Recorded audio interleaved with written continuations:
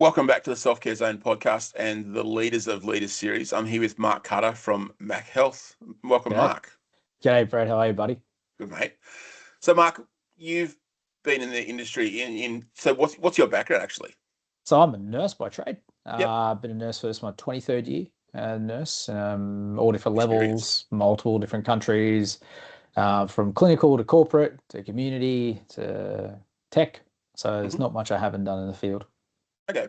So then, um, I know a bit about you. We've been in contact before, but you've got this app that you're rolling out. Can you tell me about that? Yeah, so developed an app for the health and wellbeing specifically of nurses called MACH Health. It's in hmm the Australian Google and Apple stores as well as the UK ones. And it's a fully integrated, therapeutically delivered, live and interactive app based on nurses' shift patterns, based on the stress periods, daily check-ins, nightly reflections, 400 pieces of content built on a proprietary pathway. We call the workplace health intervention pathway for nurses, which is defined the four key areas that we're suffering in health, hmm the non-pharmacological methods of managing it and how we assess it and predictably go forward to reduce nursing burnout. So it seems like, you know, what you've been through and stories I've heard, there's a lot of burnout in the nursing um, It's, environments. mate, it's huge. Yeah. I think COVID brought it right out of the closet, but even before then it was a problem. Yep. We're going to be 70,000 short in this country by 2030. We have, new graduate nurses in their first year, 30% are quitting, in 3 years, 50%. Mm. It's a major problem. Australia is not as bad as some other places, but most the UK, for example, we have a pilot starting in November. They spent 3.2 billion pounds on nurse burnout, absenteeism, presentism. That's massive. Yeah. Yeah. That's like $30 million a day, 30 million pounds a day, 25 million pounds a day. That's a lot of money out the door, which means that healthcare's suffering somewhere. And the whole purpose behind it was one day when my parents, my wife, or my kids are hopefully never in a hospital, that I want to ensure that that nurse is looking after them, is physically well, emotionally well, is eating well, and is sleeping well. Because if they don't, the chances of something going wrong goes up by about 15 Yeah. to 20%. And I never want that to happen to someone I dearly care about, or, do you know what? The families of other people they dearly care about, and the preventable things that happen that shouldn't happen, not because the nurse doesn't care or they're not trying, because that's the least thing you ever worry about. It's because they're completely and utterly gassed Yeah. on every level, and Yeah. there's no way back. And the system's broken, it's reactive. So we're trying to jump in front of it and be preventative. And yeah, it's exciting because we want to have it in the hands of every nurse around the world. That's 29.5 million in 5 years in their hands, walking with them as they're in the shifts, following them when they go home, and understanding how we can change their health one tiny little piece at a time, not Yeah. monumental changes which never sustain. Yeah. And I think that's the thing. Like, burnout is this thing where people think, oh, it's just burnout at work. But burnout's kind of like COVID in that once you've got it, everyone around you feels it and gets it as well. It is, man. Like it's not, there's no singular aspect to it. Like people have these great, phrases for what burnout represents and, the definition of it. But it's where you've literally got nothing left. You've got Mm. nothing left for your work. You've got nothing left for your personal life. There's no motivation. There's no excitement in things you do. And you have no way of seeing out. But Yeah. you just keep going through. Like I burned out massively in 2023, while working in the UK, put on 20, nearly 20 kilos doing it, was living on 3 hours sleep a day, working multiple time zones. And it's like you can only do that for so long before you go snap. Yeah. And you have to take lock and stock of what's around you and the things that are most important, which is my young two kids and my wife, and go, I've got to be around for these guys. Yeah. You can't spend your life caring for other people if you don't take care of yourself first, because you're useless then. You really Yeah. are. Yeah. And it gets to the point where your body literally says, hang on, you need to take a break and you're not doing it. I'll take a break for you. Yeah, yeah. And they think like, oh, I've got some good sleep, I'll be okay. It's like there's like a quadrant. Like you need to be physically well, or at Mm. least at least functioning well. Physically, I feel like I'm do physical activity. You need to be emotionally okay. Like you can't be I'm down all the time, or I'm constantly stressed. You have to be eating well. Like if you're not fueling the body, what's the point? And Yeah. there's nothing wrong. Like mate, I love a crunchy. Don't get me wrong, and I love the old snacks, and I love a meat pie. But it's in moderation. But it's also understanding how I can keep daily good habits. I keep my body filled with the right things And if you're not sleeping properly, none of it works. Yeah. Sleep's the body's recovery, both cognitively, where it's moving those memories in, long-term bank, but also it's a way your body's kind of resetting. But if you're not getting, the 6.5 to 8 hours sleep a day, your body starts to run on empty. And I can tell you for a fact, man, like living on 3.5 to 4 hours, a 4 hour day would be a good day of sleep. Yeah. Everything around you, you feel like you're walking drunk all the time. Mm. And I was chasing something awesome. So like I saw it as a purpose, but chasing a dream compared to chasing a passion are two different things. Yeah. And when you're chasing someone else's dream, it kind of loses validity and purpose after a while. So yeah, it's connected. People think it's one singular, but it's all connected. And if you have to look at it holistically, then you'll get an insight of like, oh, okay, I don't have to do everything at once, but I just need to chip away at the key aspects and I can get myself there. And it's a daily habits that we're not the huge overall massive substantial changes. People think, I have to throw this whole thing out with my life and I have to change everything. It's like, no, work on the little bit on a daily basis. Yeah. That's the key. Yeah, and it's like I was actually literally got a dead house plant that I'm going to use for a video, but like it's like you've got the option of you can either water it daily or weekly and look after it, or you can, oh crap, that's now a dead plant. I'll chuck a liter of fertilizer and a liter of water and all this extra work and then hope that it comes back. It's much easier to maintain it over the long term and just do little bits like micro breaks throughout the day than it is to do, let's go do 2 weeks in Bali or wherever.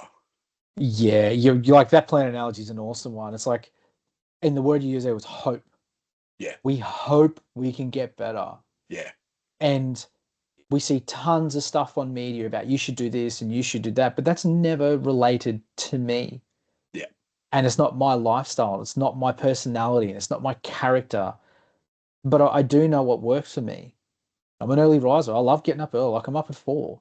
I yeah, get up, I have half an hour for myself before the kids wake up, and then I can be ready for them and I can have coffee for the wife. And those things fill my cup up in different areas that enables me to feel good about other parts of my life. And understanding when your breaking points are. Now we just think we can keep smashing through it. Like that's not the case. Your brain can only take so much. Your body can only run for so long, and all the caffeine in the world won't cure it.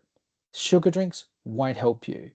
if It's anything, that makes sleep, it worse. hydration, and it does. It makes it work. Like the peaks and troughs of coffee and sugar are like, I don't know how many books are written about the stuff, but we still just live on the energy drinks and Mm, all that kind of stuff. And like I'm not gonna bag them. Like I enjoy energy drinking now and then, but it's because I want one, not because I have to have one. yeah, And I think that's the real key.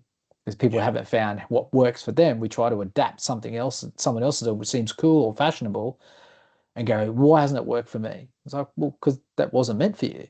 mm. It's almost like we're trying to go, you know, listen to the media around what self-care is. Self-care is this cream and this massage, and you're trying to do everything at once. Where if you just sit back and go, what am I like? What's my personality? What's going to fit in for me where I am now? And filter that into your life throughout the day, throughout the week, rather than just do it all, just do everything at once because nothing's going to stick. Yeah. And that's going to go, well, that didn't work. I now feel bad about that. I've let myself down. You're going to be closer to burnout. Yeah. Yeah. Totally. Like I have little rituals I do every day. Like I only drink coffee up to about 9:30. I don't drink coffee after that. There's a great book by Matt Walker called While We Sleep, which talks about the impact of coffee on the brain, Yep. the half-life of coffee and how it doesn't get out of the brain for like 12 hours. It's like, Mm. well, that means it's still going through the brain at like 8 o'clock at night. Like I don't want that. Yep. How alcohol impacts sleep and like it really talks about that. But I looked at that and said, well, how can that work for me? What small things can I change? And how can I find my way of understanding where I am at that time? But also, what we fail to do is ask ourselves how we're actually doing. Yeah. And we look at, oh, we can adapt this and try that, and let's bring this home, or buy this. It's like, but very few people actually ask this legitimate question, bro. Like, how you doing today, man? Mm. Well, I think we're good at recognizing other people, but Yeah. you hold a mirror to yourself and you don't want to do that. You don't want to do that. And one of the things we built into the app was like every single day at 6:50, there's a daily check-in. Yeah. where we ask you four simple questions. And it's not that I want to know how you're doing. It's actually, I want you to see how you perceive yourself. And then we give you suggestions based on how you've perceived yourself. Yeah. Not, I think you're sick or you're healthy or I'm telling you you should be doing this or you should be doing. It's like, how are you physically doing today? Oh, I'm a bit tired. Okay, well, have you tried the stretching regime? Have you tried this? You're telling me you're tired. Let's give you options. Mm. Then let's try and diagnose where your problems are. But even then, people are still reluctant to want to answer questions purely because it's a mirror. And Mm. sometimes we don't want to ask the question because we don't like the image we're going to see in the mirror, but we have to go, it's the only way I get forward. Yeah. I didn't like seeing myself 20 kegs heavier, but you know what? I needed to see it because my family and my wife's like, you're probably going for an early stroke or a heart attack at the rate you're Mm. working. And like, you just can't do that. It's like, I needed to see that right in my face and go, damn, like, not by abuse, but just like fact, like I run myself into the ground to the point where like I couldn't lose weight because I wasn't sleeping, so I had no way of resting and recovering. So my body was probably wiped out of cortisol, wiped out of testosterone, and I'm running on flat. Yeah. And it took me a good 8 to 9 months to reset all of that and break it all down and let everything go and say, do you know what? Now you can do it from a place of you're healthy, you're happy, people around you are like you're the usual you again, Yep. and you can be the leader and the innovator that you want because you understand all the tapestry that goes with it. Yeah. And I hate the fad stuff you see. Like, it's great, like it's entertaining, but trying to do that is not as simple as it seems. Mm. And that's what most people really don't understand. Like, it's daily habits that get people to where they need to, not wholesale changes because it look cool on Instagram or TikTok or something. It's like because that's been curated specifically to get you to do something and they have no idea who you are Yeah. or And what your that problem is.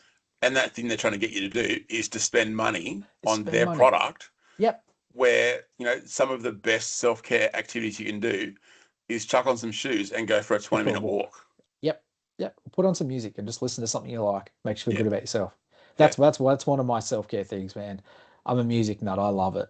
Yeah. I if I don't have music on in the house somewhere, day doesn't feel right. It drives my Mm. wife nuts. She's like, you always got music on. I'm like, yeah, but it's like it drives different emotions. It makes me feel pumped up and ready to do like 25 minutes of hard Pomodoro work, and then I have a 5 minute break, or it's something to calm me down while I'm trying to do some really high level cognitive thinking where I don't want distraction, or you know, Yeah.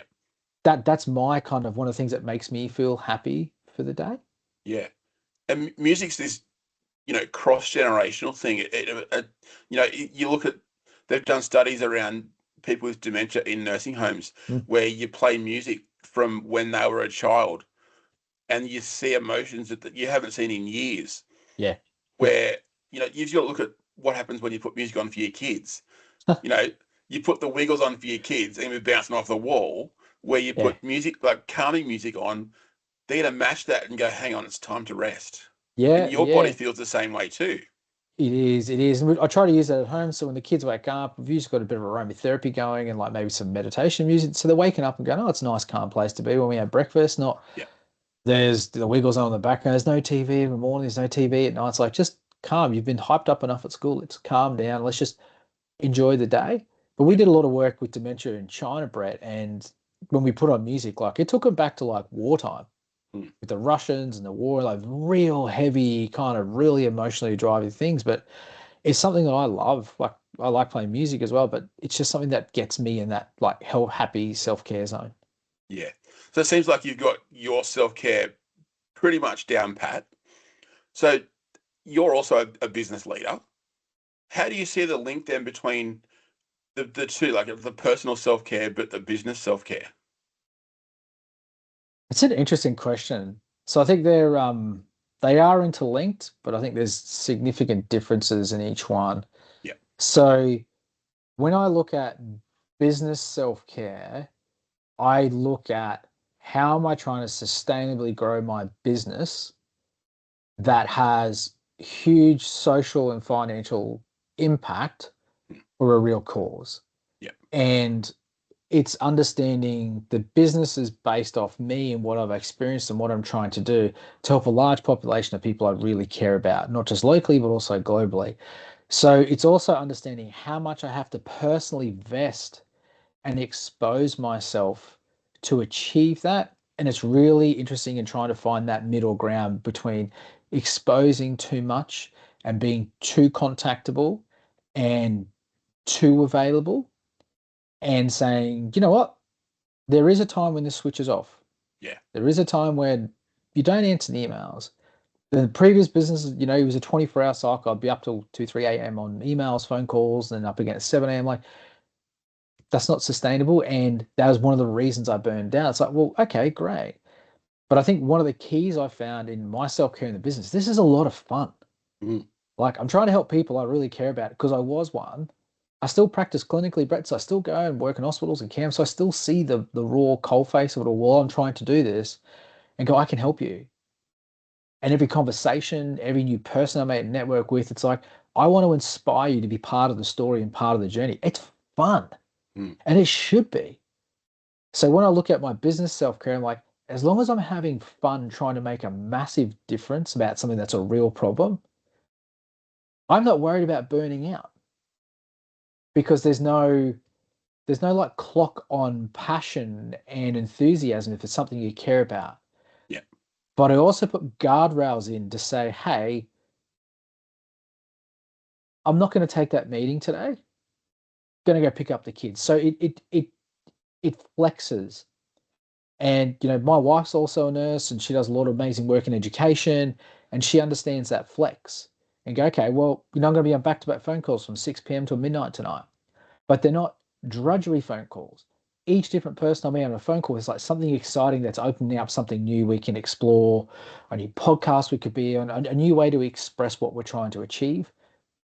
Those things you have to make sure you put in, because they fill up my business cup. Mhm. They also fill up a bit of a personal one that helps like validate why the purpose is the real reason, but also going, do you know what? There's a time when this stops. Yeah. Yeah. And you have to, I think the biggest thing is saying no, but also in a way that says, I'd love to speak to you tonight, but it's actually midnight. How about we schedule it in for tomorrow? Yeah. And I think most people can be really respectful about that. And as we're seeing, we're getting a lot of exposure around the world, a lot out of the States and Canada, and tons more in the UK and Europe. They're all wanting a piece. They're all wanting to talk. But it's also showing them that, hey, I'll get up at 4 a.m. and have that phone call with you, because that's really important to you. And it's really important to me. We make this connection and we have these conversations, but that's not an everyday thing. Yeah. And being completely transparent, people, because then they understand you're really legitimate about your time and your value, but you also value their time and their effort of making space. And I think that's one thing we as a core business are trying to do, is we want to make sure that wherever we go, anybody we talk to feels like you're part of our family. So MACH Health actually stands for family, Brett. It actually, M starts for Mark, the A stands for my wife Alison, the C stands for my daughter Charlotte, and the H stands for my son Henry. And it's pink and blue because I've got a boy and a girl. And they're the most important things to me. And the nurses we're trying to help are the biggest healthcare family in the world. Yeah. From carers all the way through to the top brass, they were all a nurse at some point. And a nurse can pick another nurse in the room or another. You can instantly look at them and go, "Oh, I know who you are. I know you are. We'll have a coffee later." And you can instantly make that connection. So I think that's the business side of self-care, is understanding your limits and not Yeah. letting go of them. But if you do, they're for really good reasons, and the people you give that time to understand that. And authenticity, that is the other big aspect. If you're going to do something, be completely authentic about it. Don't hide anything. Don't say, oh, we won't do that. If you can't do it, you just say, I can't do it. Yeah. No one's going to chew your ear off for that. But when the authenticity comes around the values of why you're trying to do this, not, it Yeah. sounds like it's a great idea, it could make a lot of money. Like, it could, and it possibly will. But if you keep that authenticity core, then it'll grow faster, because people can associate and want to like kind of come towards the purpose driven approach, rather than it sounds like a good financial deal in the end. And I think that helps me flex the personal self care Yeah. in regards to, one keeps the other in check. The personal keeps the business, and my business keeps my personal one in check, of making sure that you don't become two sides of a different monster, which I had before.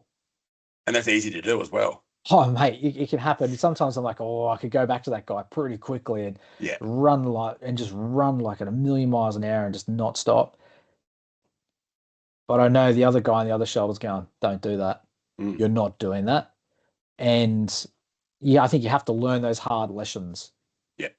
And Um, that on authenticity you're talking about too is that's easily recognized by people when you're not authentic, or that oh, you're not practicing what you're preaching, or it's do as I say, not as I do. People pick up on that so easy. in a heartbeat. And Yeah. that's one of the things I've really noticed as we're starting to grow and move is I am one. I am a nurse. And if someone goes, oh, you don't know what it's like I'm on the tools next week. Yeah. So that, like I'm out still wiping bumps because I want to listen to exactly why everybody's walking out the door. So Yeah. I can help fix this or help start helping you. Because they don't just walk out the door and go to something else. They walk out the door and they're gone. Mm. They're gone from the profession. It costs hundreds of thousands, if not millions, to replace some of these super experienced people because we didn't give a rip. Yeah. And it's like we're throwing money out the door and we think, oh, we'll get some more. It's like that tap has a very small tank Yeah. and you've almost emptied it. Yeah. It's almost like um, with the NDIS and the community services sector as a whole, companies are seeing themselves like the company as the product. And it's much like nursing and health in that the nurses and the staff and the support workers, they're your product. If you don't look after your product, you won't have a business. Oh, mate, 100%. And it's the thing about healthcare and burnout, the systems that have been created over decades and decades and probably a century now weren't are no longer sustainable. Yeah. You know, we're trying to pump out staff in one avenue that may not really work anymore. We're not flexible enough in the way we look at how we guide people through succession. We just chuck them into a meat grinder, having been through it, and go, they should survive. It's like you're throwing them off a cliff without a parachute, and you're going, Yeah. why did you not live? Yeah. Or why do you not come back? And we look at preserving staff as a tick box exercise. And it's like, if that was any other business, or if that was another part of your business, like HR, or if it was finance, you would chuck endless resources to make sure it works. But Yeah. when it comes to like staff, it's like, oh, we'll just go back on more recruitment and we'll maybe look at our questions again. It's like, you're dead from the neck up if you're thinking this is how this is going to survive. People need to bring people into organizations and businesses where healthcare workers are and go, you are my most valuable asset, bar none. The Mm. cars, the buildings, irrelevant. Because you're the one that delivers the care. You're the one that generates the value. The better I can look after you, the better my business is going to be. The more people are going to work with me as a business, and the better outcomes I'm going to deliver to patients. Yeah. And it's interesting because there's a group out of Holland called Burntout, um, and it's probably the world's best home care company, bar none. This thing is just absolutely amazing. It was started by Jos de Blok, and he was a nurse in a Holland hospital. Yep. And as he grew Burntout to be a community juggernaut around the world, 10,000 nurses left the Holland, the Dutch healthcare system, and joined his community where the nurses were self-sufficient, had their own business systems, and they could be their own bosses, and they weren't stressed and burn it out and leave them. Now, Bertog's in it's like 20 countries now. It's amazing. I met the man. He's absolutely just such a visionary. But he took the simple principle like the nurse is the value. Our job is to deliver them, or the carers are the value, no matter where they are in whatever sector.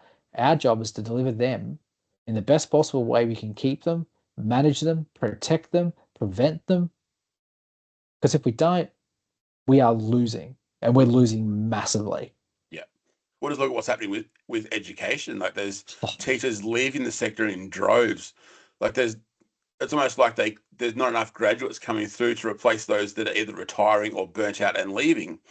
So then they're going, well, what are we going to do? It's the same thing. If you look after your teachers and look after your product, you're going to have that long term. Yeah, yeah. And people only think you've only got a couple of major levers. Like if you look at like nursing, we think it's either patient ratios or salary. Mm. They're the kind of two big levers think we've got. It's like, no, you can't control that. It's controlled by state and federal funding. Yeah. Like you have no say in that. And the unions play that game. But everything that happens on a daily basis from the moment you walk into your job, to what happens throughout your job to when you go home after your job and how we're looking after you in that whole circle, that's you and the company.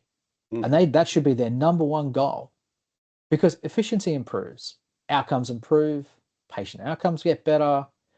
You don't lose people.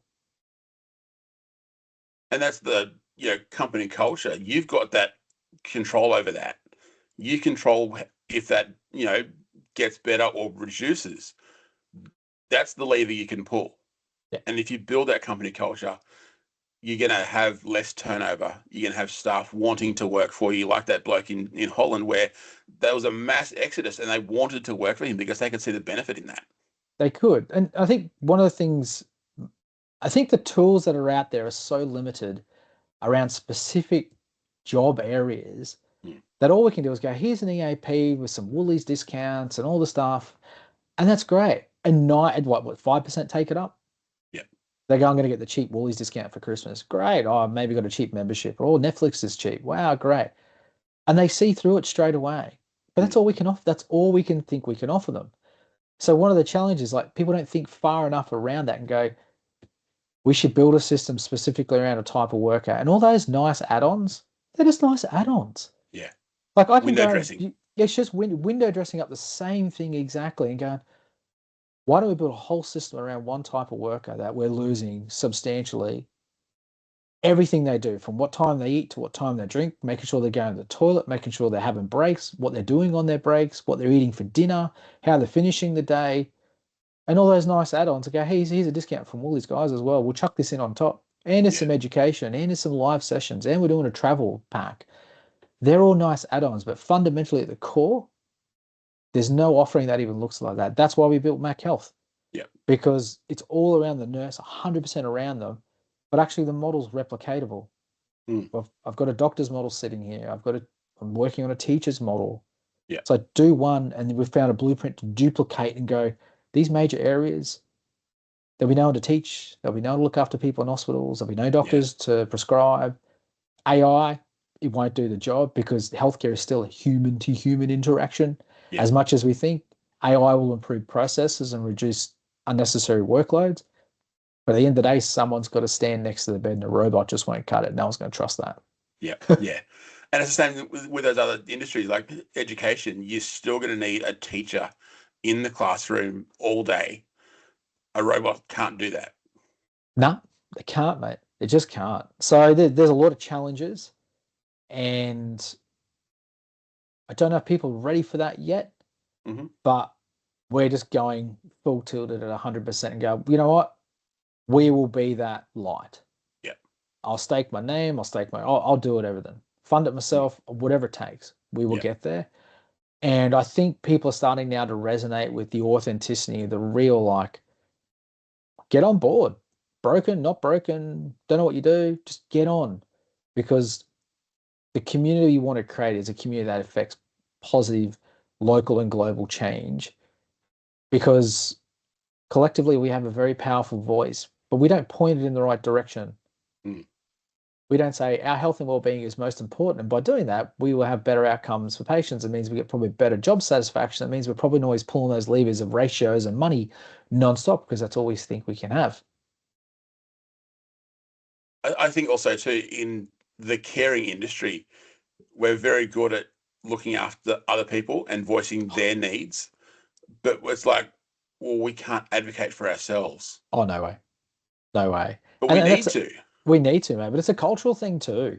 Yeah. It is it's a cultural thing of like just get in and grind through it.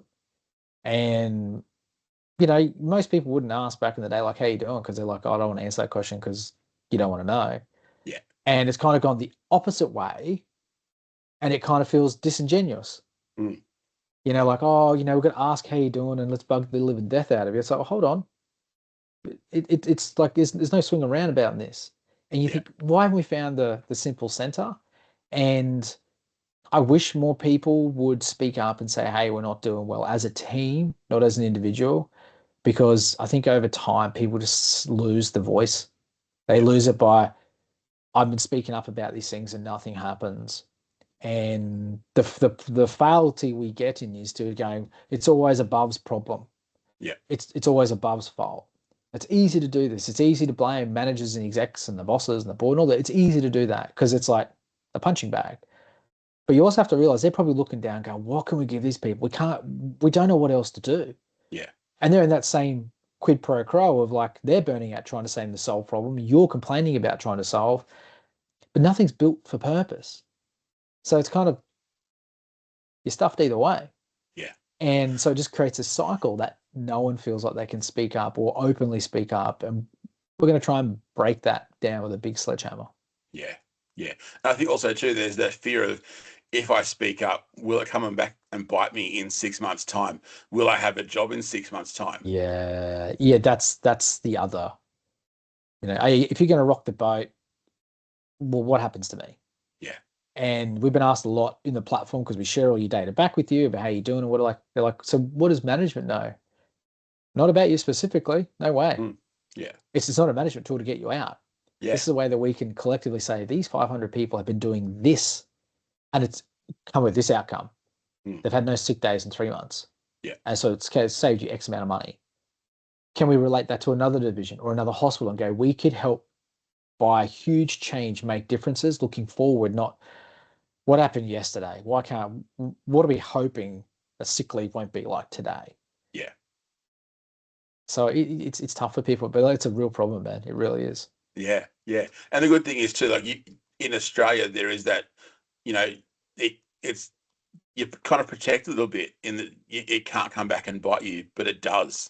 Yeah, It does. Yeah, it you might does. lose a shift here, like this month, and then lose a shift next month, and then next month you're going, oh, I need to eat, I need to pay bills, I haven't got enough shifts, I need to go elsewhere.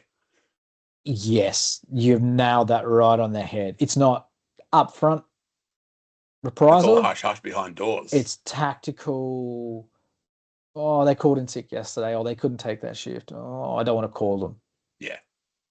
I do agency as well, Brett. So I Yep. see both sides of the coin. And you do get that kind of, I couldn't pick up, the kids are sick. Hmm. And then you're not called for a week. And like, I'm free. The kids are Yeah. off sick. Like, that's life. And a lot of people now move to agency work because they want that flexibility, but they run 2 or 3 agencies hot nonstop Yeah. because they need that to cover the spread. But we have to change that mindset here in Australia. We're like, there's no reprisal, like for being upfront and honest and expecting better. Hmm.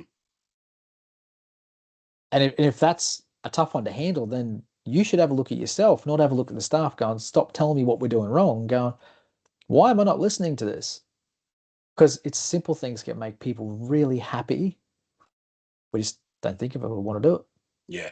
And chances are, if you're feeling burnt out, you're feeling something.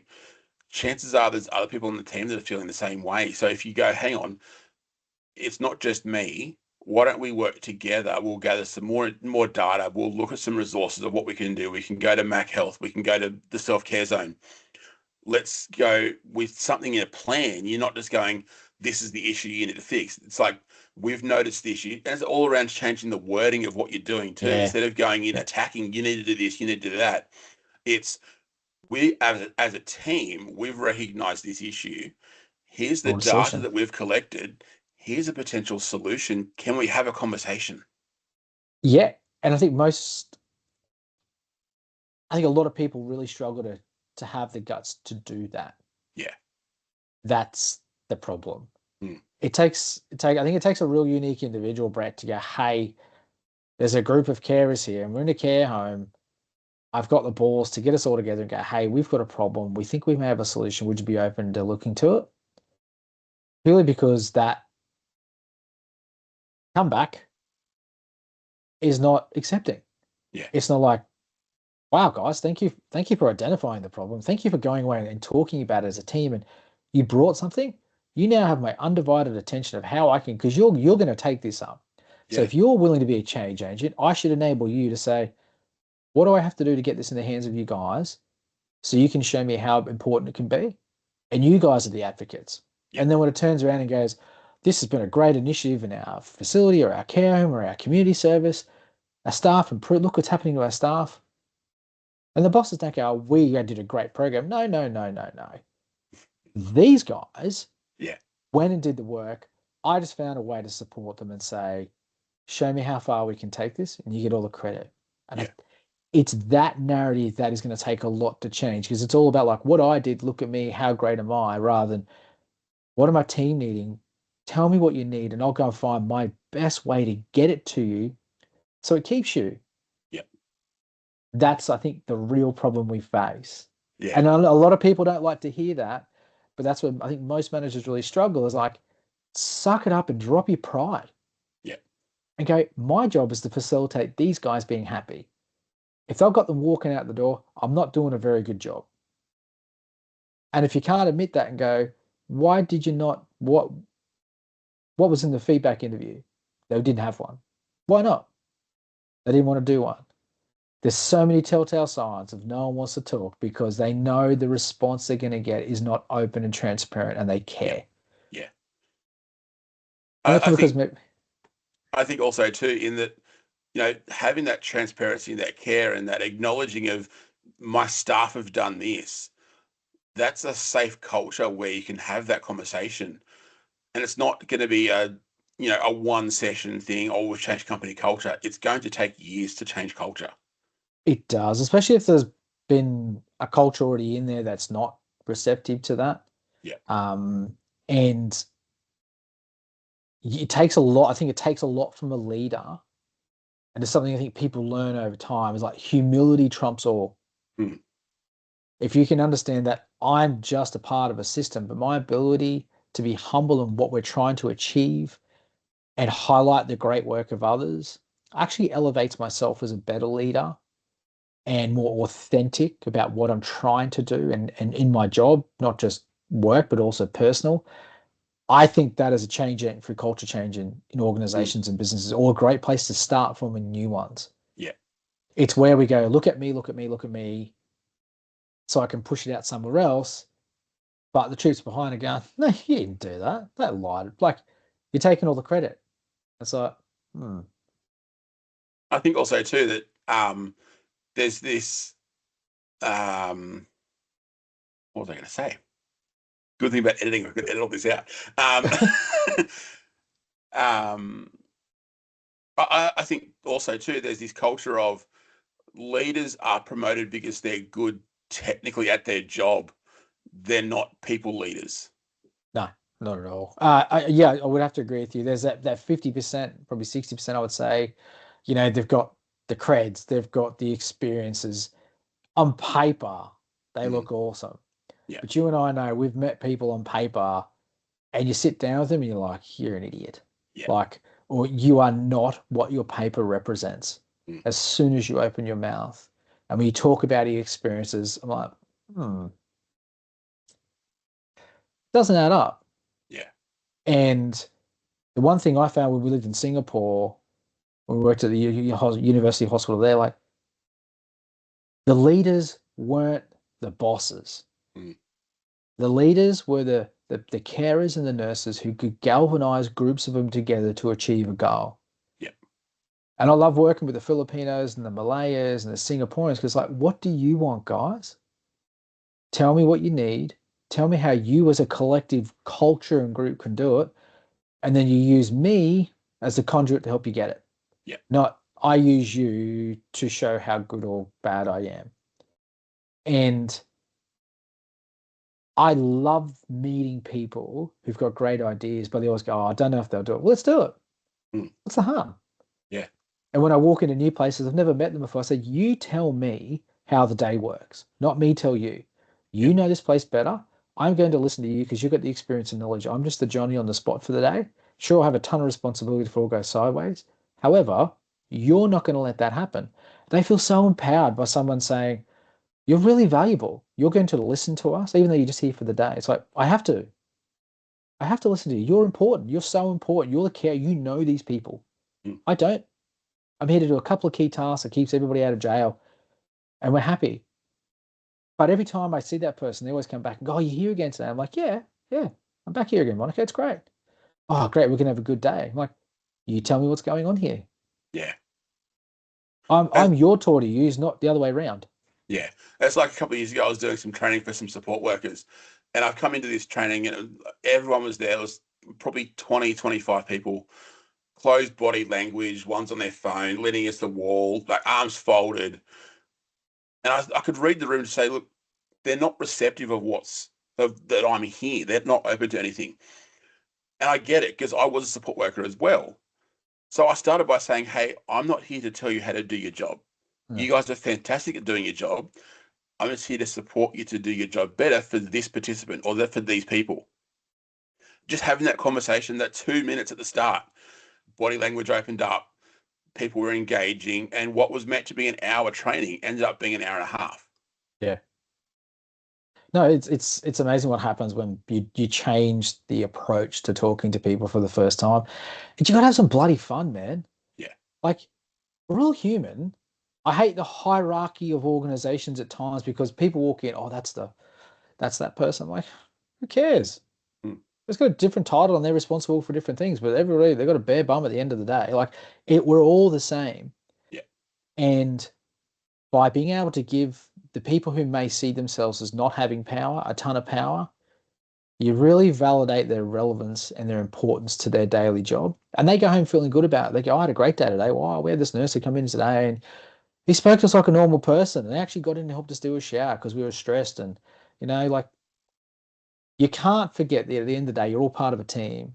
And if you're not prepared to drop that bravado and drop those barriers and go, my team's suffering today, even though I only know you for the day, let's get on with it. Let's get this done. Yeah. You can build networks that build trust and they open up and go, hey, this is not going well. What can we do? All right.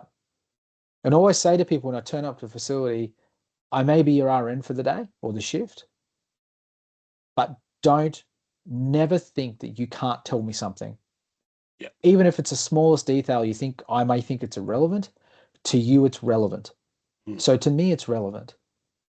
And it may be that bit of detail I needed to know to prevent something happening to someone. And like we had a resident probably about a month ago in a care home, and like, oh, they're really perky, but they're not that perky. But I didn't think anything of it. I'm like, what do you mean they're not that perky? Like it was just this lady trying to tell me that this person was sick, but she didn't know how to say it. I'm like, tell me more about not being perky. Oh, she's usually like this, and she says good morning, and she said good morning, but like half an hour later, she's not really talking to me anymore. I'm like, let's go and have a look at her. You tell me what she's like while we're standing in front of her. Mm. Lady got carted off about 10 minutes later, still in the hospital. And it's like, Yeah. and at the end of the day, I'm like, you saved her life, not Yeah. me. Yeah. You did, not me. Sure, I called the ambulance and I put some things in place, but you saved her life. So you're the Yeah. hero today. Yep. And I think we don't do that enough for people to go, you're the hero today, not me, just Mm. a guy doing a job just like everybody else. But we all need to tell people that because it's part of our self-care. We don't validate the importance of others. We're not that valuable ourselves and we can't impart what we're trying to do for people. And their cup goes home emptier and emptier and emptier. Mm. And I think groups like the self-care zone and us at MACH Health, like we're all about making sure that you understand your value, Yeah. your own self-worth and self-value to the real world, not to the media world, not to the Instagram, TikTok, Facebook world, to that nana or that lady who's at home requiring care. You're their world. Yeah. And you need to understand that and understand how important that is because that's all they've got. Yeah. Yeah. Absolutely. So it's a tough one, but we swing for the fence and we're not stopping. Yeah. And as you've probably seen some of the stuff in LinkedIn, I'm not pulling a punch either. And No, you're not. I'm not taking a backward step. And I've got broad enough shoulders having done it across multiple countries to go, come on, let's take this on. I'll be the change agent that's required. I'll be that kind of light going, let's go. And come with me, come for the ride. We've got a pilot's kicking off for the NHS in the end of November for a full hospital of 3,000 nurses plus the university attached. Like, I'm not stopping. Yeah. I just won't stop because I care too much. And I care with the right temperament, mentality, and surroundings now to go, let's do this Yeah. properly. Yeah. And I hope we can get to our 29.5 million in 5 years. I don't see why we can't, but we have to break down some pretty heavy barriers first. Mm. But I don't think I'm going to be alone trying to do that. And it's not going to be from a voice of negativity, which tends to be a bit of a cycle that goes through. Yep. And everything I talk about isn't negative. It's highlighting the areas that there are possibilities we can improve in, but you've got to highlight why they're not working so well or not what they're bad or wrong. And there's a fine line between saying that's wrong, that's bad, of let's look at it through a different lens of like, if something was possible and we turned it on its head, what could that look like? If we could say that we could implement things into hospitals, into community organizations, into care homes in real time that they can use at that point of care when they need it or that point of stress when they need it, what impact could that have? What's possible? And then people go, well, that seems relatively possible. Well, why don't we try? Yeah. And then the try question becomes that's the real damaging part, is because it means people have to go, I didn't create this. I'm not ultimately responsible for it. Will I get the credibility that goes with it? If you're willing to try, you get the credibility. Mm. Most people are afraid to try. They don't Yeah. want to be the first through the door, which is a shame because the first through the door usually wins. And they're the one that understands its value in its entirety. And that's something I've learned in probably the last 8, 9 months Yeah. is there's a lot of people that want to be the first through the door who want to go, the problem's too big to ignore now. Like, we're kind of stuffed. Mm. We haven't got to that point just here yet. We haven't. I think we're maybe 4 or 5 years away from understanding how bad it really is. But the rest of the world is like, let's talk. Mm. US, Yep. Canada, South Africa, the UK, they're all at my ear. Can we talk? Let's do something. How, when? We've got no other options. Yeah. Yeah. So it's a tough one. It is. But, you guys are doing something on the right foot. You're pushing that message of going, hey, we need to do something. We are. We're trying to. And I think it's having collective voices like yourself as well, Brett, who have that same voice, just maybe in a different arena. And I think when there's enough people wanting to just not shut up Mm. the right way, the narrative changes. Yeah. And people who are stepping out and saying, I'm going to put my money where my mouth is, and I'm going to put a lot on the line because the lot on the line is worth the reward. Mm. Yeah. It's easy to create something and say, oh, we can do this and I'll try and sell it quickly, but it becomes disingenuous and becomes fleeting and people don't trust it. Yeah. Yeah. Awesome. So, Mark, we might leave it there. We'll definitely get you back on in the future. I think this is a very valuable conversation that needs to keep going. But we've got a tradition where we end all podcasts with the same question, and that is, Cool. what's the biggest tip you'd give to someone listening when it comes to self-care? Um,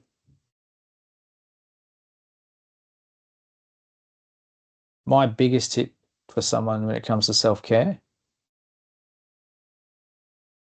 start. Just start. Yeah. Don't worry about what you see in here.